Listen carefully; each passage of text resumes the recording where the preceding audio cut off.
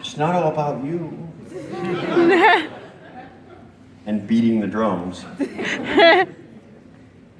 It's better than beating on me.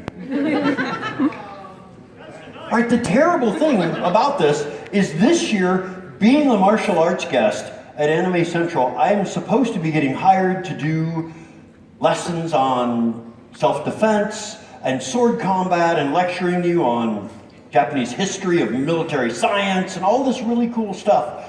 And my personality gets in the way, and half of you just come to watch me put my foot in my mouth and prove that flexibility is important. And so we get hired to do this full-on traditional samurai Tameshigiri exhibition.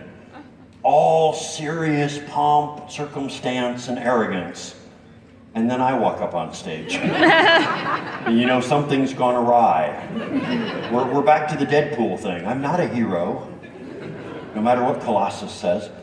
But while you put up with my personality and the jokes and the stupidity that's otherwise known as my career, we're actually going to give you an exhibition of traditional samurai Tameshigiri. This is test cutting. For the samurai, they needed a way to practice and hone their skills with a sword when they weren't actually fighting on the battlefield. During the Sengoku era, and that's the 16th century in Japan, it was a time of large-scale pitched battles. There were various samurai warlords that raised, outfitted, and trained armies to try to unify Japan under their rule. And during this time, there were lots and lots of pitched battles.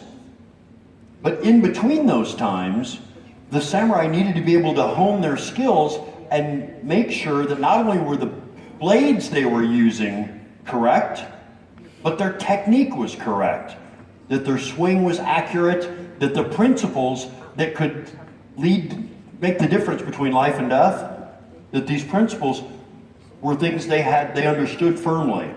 For a samurai warrior, they started training at age 3. Yes, at age 3, samurai children were given a stick and told to go play with their brothers. This is parenting by natural selection, and I'm a big fan of it. For the 2 kids I have that survived, they turned out mostly normal. We've got that twitch, but I'm pretty sure that's from his girlfriend. At age 7, those children that survived were actually accepted into a formal training environment called a dojo, where for the next 8 years, they devoted themselves to martial science. At age 15, or 14 in some cases, these samurai children had a coming-of-age ceremony called Genpuku. Please do not confuse that with seppuku. Those are different. That was for the emo crowd that came afterwards. I've alienated half my audience. Somebody's going to be writing sad poems about me right now. Those skills that they